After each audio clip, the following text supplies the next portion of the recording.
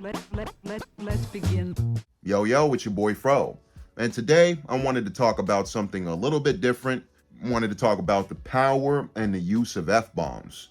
The not so natural uses, the natural uses, and I wanted to give some little examples here and there. So first I want to talk about the natural and what I consider the cool uses of the F-bomb.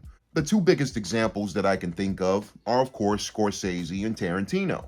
When you're watching the films of these two directors, there's a high chance that the count of the F-bomb is gonna be in the 190 or maybe 200 department.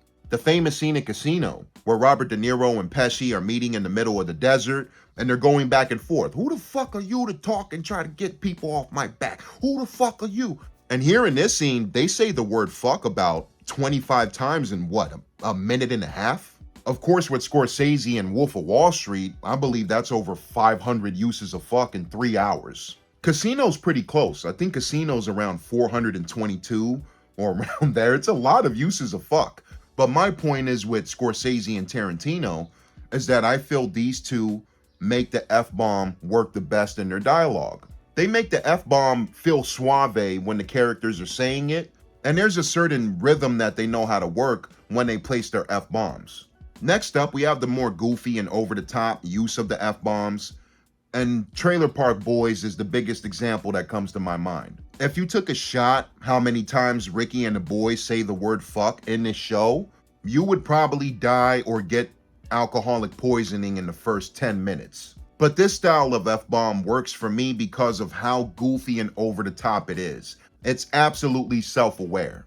Now, moving on, this is an example of a director in films that I personally feel don't know how to make that F-bomb feel natural. And of course, this is all my opinion. I've always felt the way Rob Zombie uses his F-bombs in his films to be very cringy.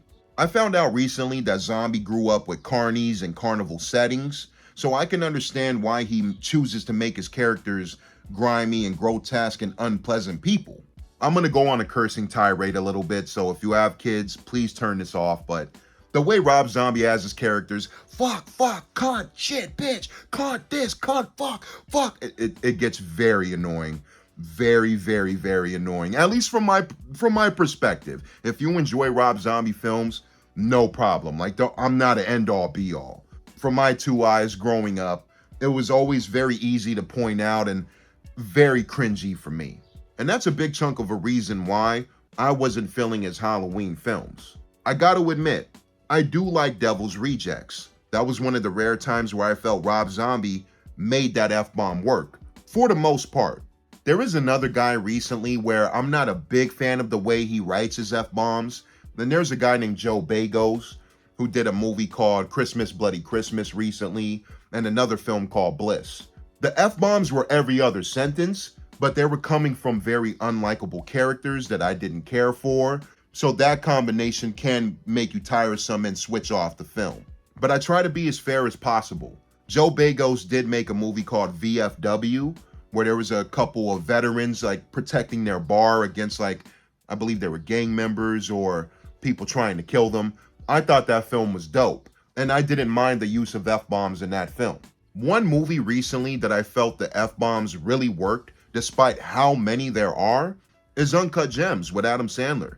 If you really pay attention, there's an F-bomb literally every other sentence. But it totally worked for me because of the nature and unsettling atmosphere of the film. The way that they were throwing F-bombs constantly kept me on edge. I believe if you have more than 3 or 4 uses of the F-bomb in your film automatically turns into an R rating. There are PG-13 movies that got away with the F-bomb. The biggest example that I can think of is Barbershop with Ice Cube, the first film. That has about 3 or 4 F-bombs. A motherfucker, about 2 uses of F-bombs that I can think of. And that's one of the rare PG-13s that got away with that many uses of it. We even have some PG-rated movies that have a use of fuck in there. Like Beetlejuice, The Song Remains the Same, The 7-Ups. I know I could think of more examples here and there. And if I come up with some, if there's a part 2 to this video, maybe I'll do it. But I've always wanted to cover the F-bomb in some shape or form. It was always an interesting topic for me growing up. I was fascinated with a good chunk of the movies that were constantly slinging out the F-bombs. But of course, there were also some films that I felt backfired with the use, like the Rob Zombie films. But that's it, y'all. It's your boy Fro. Until next time, subscribe if you want to hear more Fro nerdy talk.